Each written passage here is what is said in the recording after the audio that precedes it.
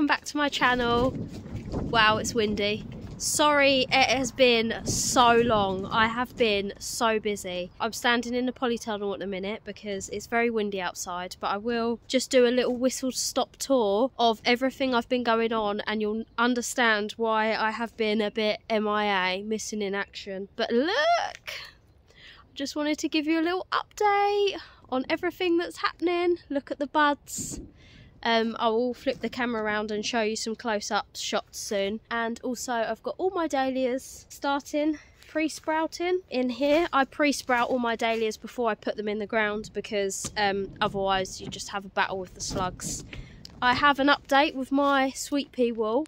I have got my next lot of my late winter sown sweet peas in the ground and they are doing much better because I've learnt from my mistakes and I have buried them deep below the manure into the native soil, and they are loving life and doing really well. So we might have a sweet pea wool, fingers crossed. But yeah, it just has been so busy the last few months. All of the, oh, I just noticed there's a ladybird down there. All of the seed sowing, all of the potting on, all of the hardening off, all of the planting out, the rest of the bed prep, weeding and feeding and watering, everything in here. It's just been relentless, and I've actually had to call it quits with the bed set up outside because I'm running out of time now. I need to start getting things in the ground because yeah, time is of the essence. I have got so much to get out.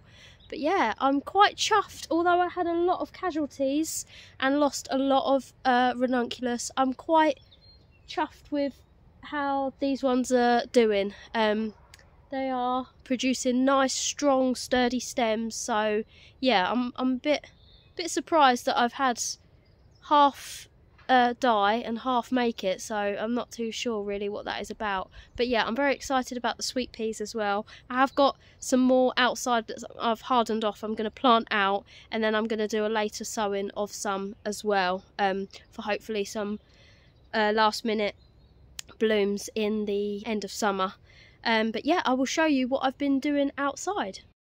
So it's really windy, so sorry if the quality of this isn't that great, but I have been busy moving across lots of my perennials from my old growing area to the new growing area. These are just some of my geums that I've stuck in between some of the roses.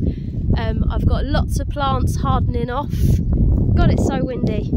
This is some feverfew that I dug out that I need to desperately put in the ground. These are my other sweet peas. This is all my larkspur. They're doing amazing, they're looking so good. These are more plants that are fully hardened off, just waiting to go out, and then I've got some more bare roots there. But look at the spring bulbs. They are just thriving. I'm actually selling these now because they're all ready to go. I've got a complete mix. So I've got some early tulips and then I've got some later ones. So you need to kind of think about when you're planning your flowers and stuff, you need to think about, you don't want everything to bloom all at once. So yeah, you want to stage the flowering process out. So yeah, I got some first earlies and some later ones, so it kind of stages them all out. So yeah, you don't want everything to bloom at the same time. My daffodils, these ones have come to an end now, but I've got all my later ones coming out. These are my Sir Winston Churchill, and then I've got all my the white lion are coming to an end as well really. And then I've got all my alliums along here, and then some foxgloves and some sweet rocket. But I'll show you what I've been doing. You probably saw this bed already. It is very weedy. This is my peony and rose bed. You can see when you bend down, a lot of the peonies are coming through now. Some of them have buds on already actually, which is very exciting. The roses are doing really well. My plan is to fill this bed up as much as possible to cover the ground so that the weeds don't come through. So I've been moving across my perennials, so I've got some Alchemilla mollis there, which is very good. companion planting with roses because it's very good ground cover, so it helps suppress the weeds and the grass and stuff. I also planted out some later ranunculus. Whether they'll come of anything before the weather warms up, I don't know, but we shall see. And then over this side, I have been doing all of my no-dig beds, and this is how far I've got. So in total, I managed to do 14 10-metre beds. I still have this small part left to go, but I'm just going to have to make do with what I've got now because I'm running out of time. I still need to set up this middle area, which is going to be my dahlia bed. So I'm going to do a massive bed, slightly like that one, but I'm going to have rows, pathways in between. And I have been planting out a lot of my plants over the end, which I'll walk along and show you. But yeah, I've kind of run out of time now doing the rest of the beds because I need to start getting stuff in the ground, and I desperately need to sort out this middle area. So yeah, I just kind of got to work with what I've got, and 14 beds is still a lot. But yeah, you can see I've started to plant stuff out.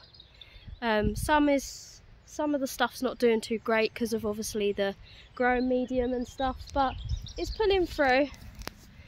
You can see it's getting the buds on. This is agrostemma, corn cockle.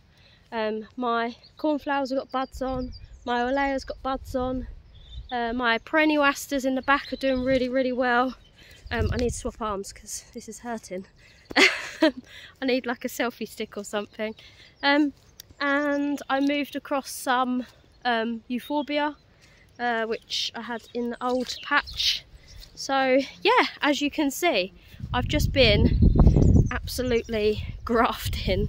Oh, and another very exciting new addition to the growing area is this beauty, my very own water supply, which obviously is a must when you're growing flowers. But I haven't actually had to use it outside because we've had endless amounts of rain.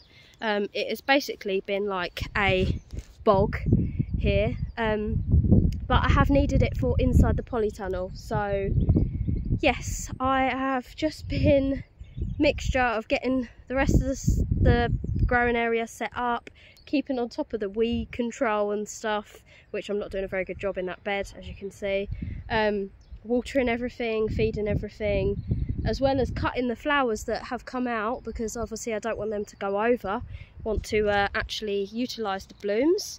And just keeping on top of everything in the greenhouse as well, potting on, seed sowing, and yeah, this is my larkspur, looking very fluffy. Look how gorgeous this looks.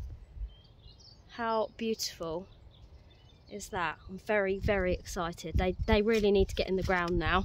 It's just this is like the next marathon, is getting everything out in the ground. Because yeah, it's no good them sitting in their pots. They need to be in the ground. They'll start getting root bound and stuff in their pots, and obviously lacking in nutrients in the soil.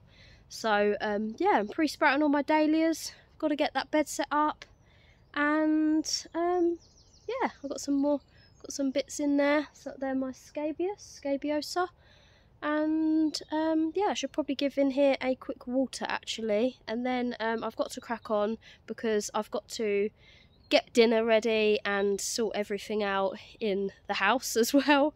So yeah, it's just a quick whistle-stop tour of everything that I've got going on. Sorry I haven't been very present on here. I will share more updates very soon, but as you can appreciate, it's kind of that busy, hectic time for us growers, and yeah, I just haven't really stopped to kind of film and document as much as I would have hoped. But I'm really excited for everything that's to come. I will share more details very soon. There's lots of things to be excited about, and yeah, thank you so much for following me on this journey and being involved and witnessing the highs and the lows. But yeah, look, just so excited, just so much promise. But yeah, thank you and stay tuned.